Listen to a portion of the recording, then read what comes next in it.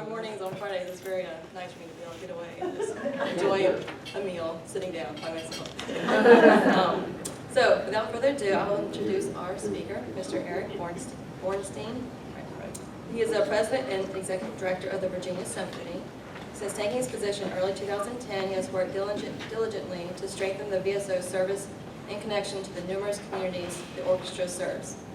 This effort has resulted in new partnerships and expanded concert offerings across the region, including the Williamsburg Concert Series on the campus of College of William & Mary, sponsored by the Colonial Williamsburg, and a new summer series at the oceanfront Virginia Beach with the Neptune Festival. He holds a degree in business administration with a concentration in arts management from the State University of New York. His career includes posts with Jimi Hendrix at Electric Lady Recording Studio and with Clive Davis at Arista Records, as well as a decade-long position with Barry Manilow in New York and Los Angeles. He discovered orchestra management at the Buffalo Philharmonic, where he worked as marketing director and then the director of regional development. It was there he met Joanne Valletta in 1999. Following his time in Buffalo, he was the executive director of both the Cape Cod Symphony and the Erie Philharmonic. He is an accomplished musician and songwriter and is married to Carol Ann Fabian, and they have a grown daughter, Corey. So without further ado, help me welcome Eric.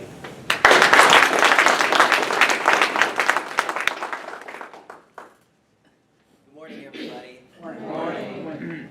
Thank you, David. Thank you very much for the invitation this morning and that delicious breakfast.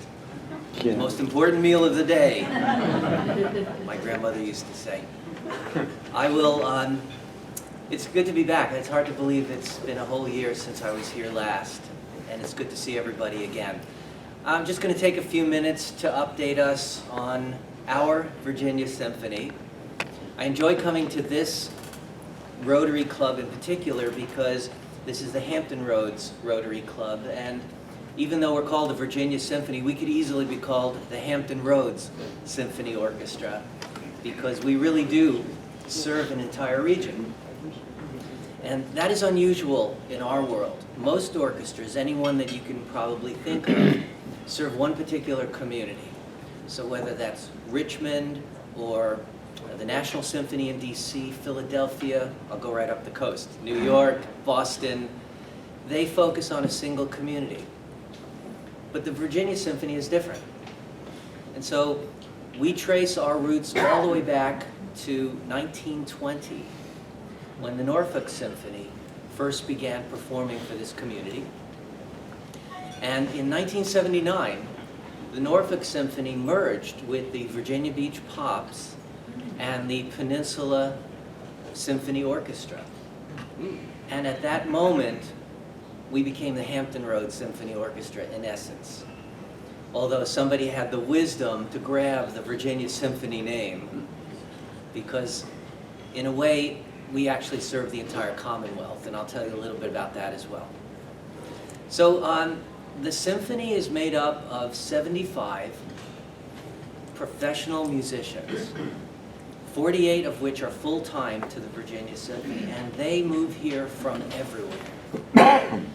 We have musicians from Asia, from Europe, and certainly from most of the states. And so the Virginia Symphony has a pretty strong reputation in our world, and so when a seat, a position in our orchestra opens up, hundreds of musicians will apply to audition for that seat. And we usually have a position or two every single year, so we go through this auditioning process, which is kind of interesting. These are blind auditions. The goal is to bring in a musician who is primarily the finest at performing, whatever instrument they play. So the blind auditions are essentially a group of auditioners in our orchestra. Will sit on one side of a curtain, and the auditioned musician will be on the other side of the curtain. So they can't see who that is. They don't know if it's a friend, a colleague, they just don't know. So it doesn't bias their decision. It's all about what they're hearing. And we even take it another crazy step. We ask those musicians who are auditioning to remove their shoes. This way, we can't tell if it's a man or a woman. And we don't know anything about that musician other than what we are hearing. And so these musicians are chosen from all over the world to join our orchestra based on their ability to perform. And that's how you put together a great symphony orchestra. And so these folks come from all over the country, all over the world, to make a home in Hampton Roads, raise their families, and serve the community in other ways that are not always known. You know that we do a lot of performances around the region. You may not know that our musicians make up the music faculty of most of the colleges and universities in Hampton Roads. You may not know that if your child or grandchild takes private lessons, that's probably a Virginia Symphony musician who's teaching them. We partner with all other organizations who will have us, essentially because we see the Virginia Symphony as a resource to this community.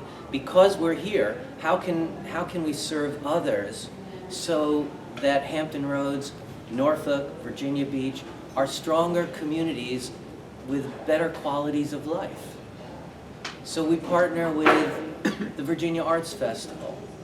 When the Virginia Arts Festival presents something, it's usually our orchestra performing those gigs.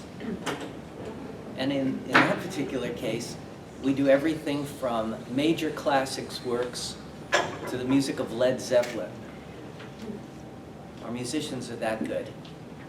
We'll partner with the Virginia Opera so that they can accomplish their mission.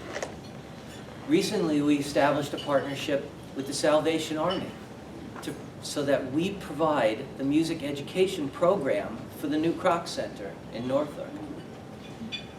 We've partnered with Centera Health around a music and medicine program where we provide the musicians to Centera because they have invested in this wonderful program connecting music and medicine. So we are hard at it. We are out there trying in every way possible to serve this community and just make sure that because we have all these amazing musicians on our payroll, the community benefits in so many ways. So because we started out in 1920, we're actually already preparing for the Symphony's 100th anniversary season in 2020. And that's pretty amazing. There aren't a lot of orchestras that have reached that threshold, that milestone. And of course it says something about the Virginia Symphony, you know, where we've hung on for 100 years, that's pretty impressive. But it says so much more about our community. It says that this community values what we do and has valued what we do for almost 100 years. That's pretty amazing. So the way that we make things happen is that we reach out to folks all over the region. But I have to say that Norfolk and Virginia Beach are the most generous communities to the Virginia Symphony. And because of that, it is reflected in all the things that we do right here. So we receive our support from generous corporations, foundations, individuals. We get a little bit of money from the Commonwealth. And then we get about half of our revenue from ticket sales. And again, the thing that's unusual about the Virginia Symphony is we are a symphony orchestra that goes to where our friends and neighbors are. We do not expect you to come to downtown Philadelphia, for example, if you're the Philadelphia Orchestra, or New York City, or Richmond, or anywhere. We are going to where you are. And that's pretty unusual. It's actually exhausting, but it's unusual and it's a great mission. So we present series concerts all over the region. And JJ was good enough to put out our season brochure for everyone here. Please take these with you. This is what your Virginia Symphony is up to this coming season. So we present series concerts at Chrysler Hall, and we present classical masterworks with our music director Joanne Folletta at Chrysler Hall. And then we'll do one concert on a Friday night, say at Ferguson Center on the Peninsula, which is a gorgeous venue. We'll just pack up the whole show, bring it into Norfolk for a concert on Saturday night. Then we'll pack up the whole show and bring it out here to Virginia Beach at the Sandler Center for Sunday afternoon. And we do that 8 times a year. And what we try to do is make those programs as enjoyable and thrilling and entertaining as we possibly can. And Joanne Folletta, our music director of 24 years, Wow. that's unprecedented too, by the way. She's the master at putting programs together that accomplish that. And so we have our Masterworks Classical Series. We do a regional series, which is a slightly different programming out here at Virginia Beach at Regent University. Another beautiful little concert hall. And then we pack up that show and we take it up to the College of William and Mary to repeat that show again.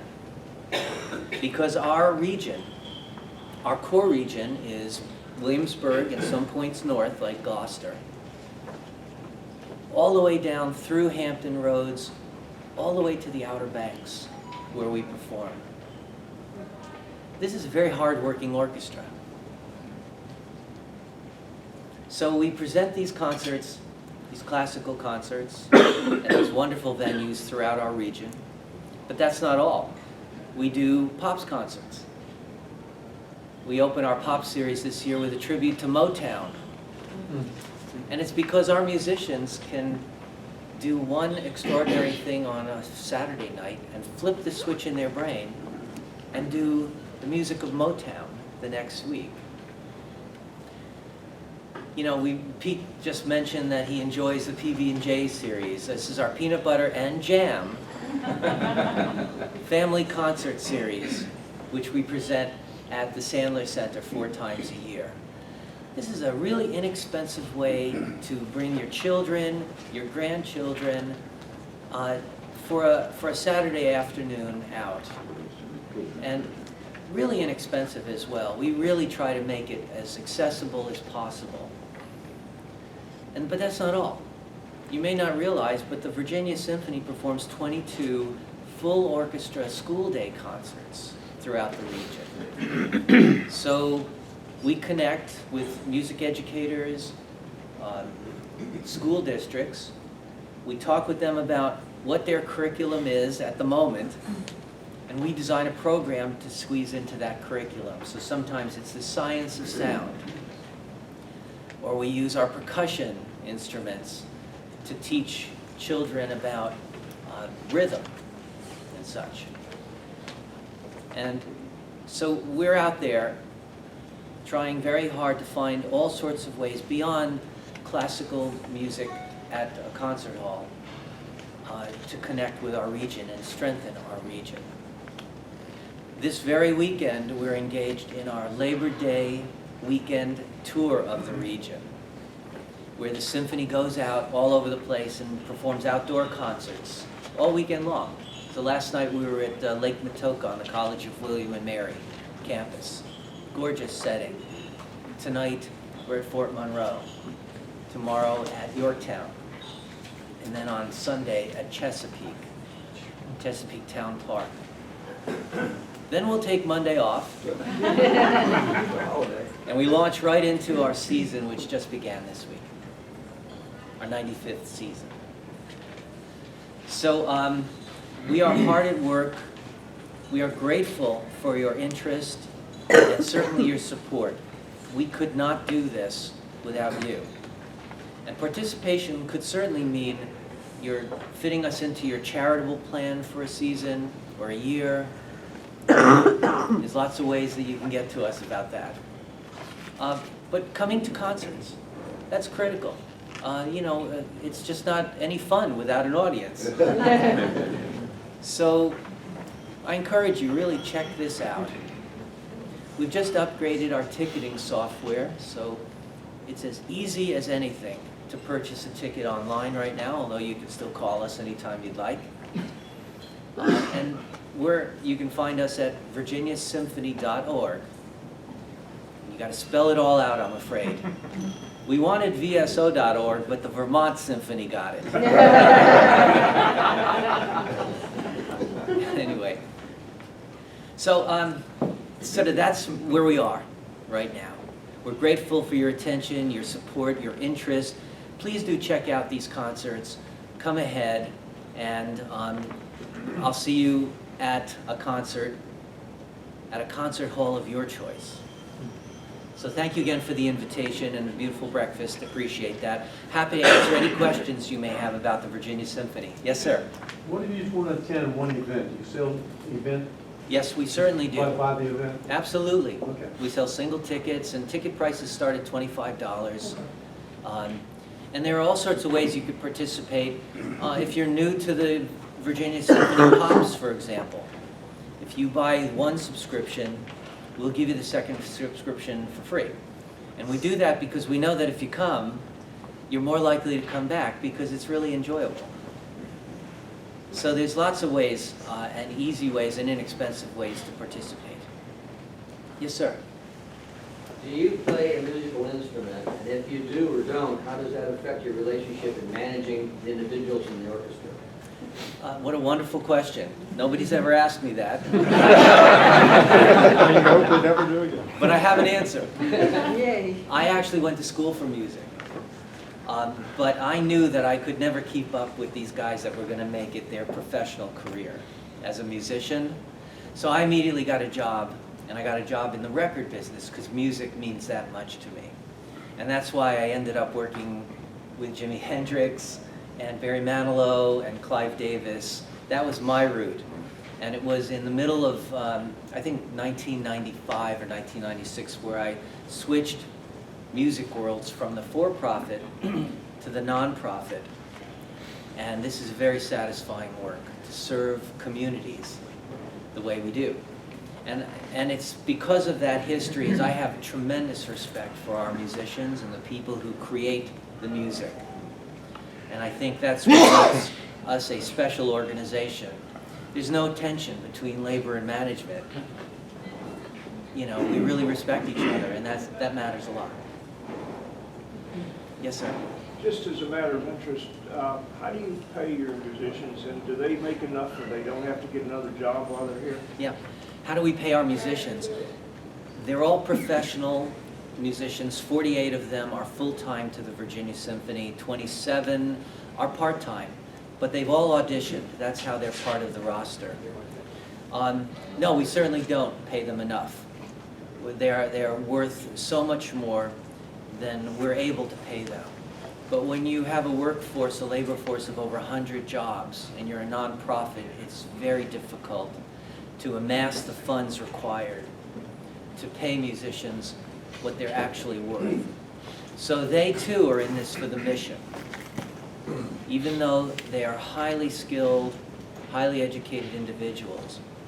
And so you all could be very helpful to the cause by donating to the Virginia Symphony so that we can pay them more money. Yes? Speaking of that, what's the average salary? The average salary is about $40,000. Yeah. But that's average. So you can imagine there's a low end and there's a higher end as well. And do you serve peanut butter and jam at Peter? You know, it's the one thing we don't do, although this year we've picked up Whole Foods as a sponsor of our PB&J series, and something tells me there's going to be food there this time. Yes, sir. I know there's a hierarchy in the symphony orchestra. There's a first chair and a second chair and all that. Is that determined by purely musical ability or seniority or a combination of both? It's musicality. Although the question is about the hierarchy in the orchestra. So there are section players, and those are individuals who fill out the sections, and then there's usually an assistant principal who is waiting in the wings in case the actual principal or the concert master can't make a concert. And that's the hierarchy, and it's all about how good they are in their instrument. But those people also tend to be tenured and long-standing members of the orchestra, because they're prestigious positions in our world. So someone who came in and he was a musical child prodigy, young, very young, wouldn't come in and immediately take first chair because there would be seniority ahead of that person. Yeah, those positions need to be vacant. We won't bump somebody. So if a principal chair or an assistant principal chair is vacant, then yes, the goal will be to find the best possible player. And also their personality is important because they're the leader of that section. So they need to have leadership skills and know how to communicate, not just with music, but with their voices. Yeah. You've always done a great job with bringing great music to the children. And I remember as a little boy, preschooler probably, Yeah. with around my neck I had a little card with, I guess you stamped or struck off the various, as we attended, but it gave me an appreciation for music I would not have otherwise had. That's a great story. Thank you for that. And it reminds me to mention that, please keep your children connected to music. It makes them better students. They grow up to be better citizens, and they participate in the community more often if they were connected with music as a child. So thank you for that. That's a great comment. And I guess one more question over here. I have perhaps an unfair question. If you don't have the answer, I do. Okay. How or why did the Boston Symphony get its name, the Boston Pops? Wow. You've stumped the executive director. And this may be more fiction than truth, but it's a great story. The Boston Symphony, Boston Pops plays in their Symphony Hall on Huntington Ave, and it's a three-tiered, actually two-balconied bottom floor Symphony Hall. Right. And they play in three segments, from classical, semi-classical, then what I call the Gillette fight song type song. Anyway, three segments. During intermission, you can get a drink out in the lobby or wherever, but during the performances, only those people on the ground floor can get booze, and the chairs are taken out and cafe tables are put in with their chairs. During the performance, that's the only place that they serve booze, and it's only champagne. So it's pop, pop, pop.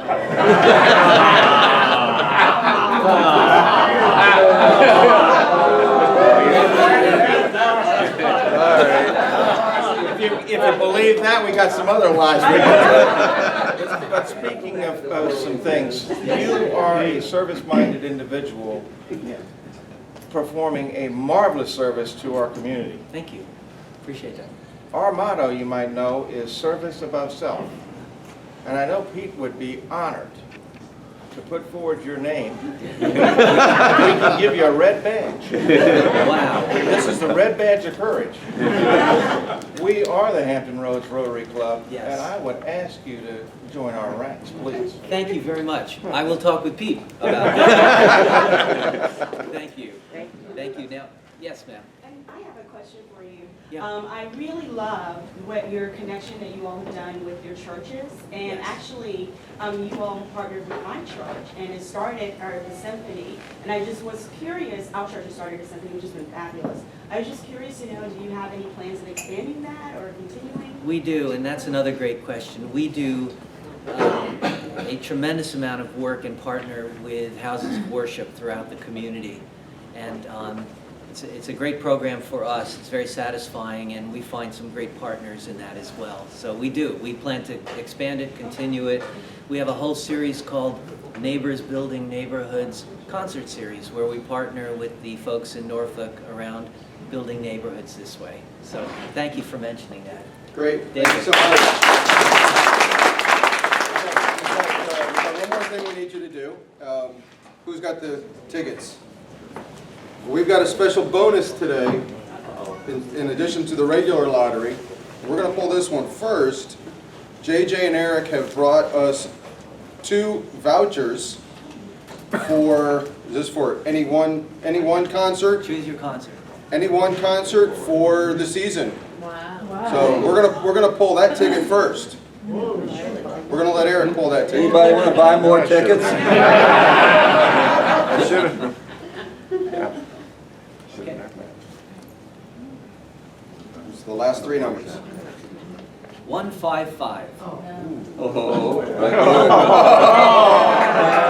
Okay, yeah. All right, now let's. Glad to help. I'm glad nobody bothered me. Let's pull the regular ladder. No, go ahead, pull it again. I won't even put mine back in. Thank Okay, 102. Oh. All right, very good. Fantastic. And JJ, if you want to come up here for a moment as well. JJ's been in the back supporting Eric.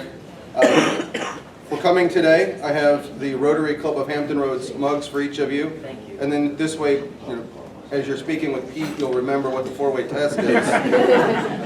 And we appreciate your help, everything today. Thank you so much. Everybody have a great weekend, and we'll see you next week. Thank you, David. Thanks.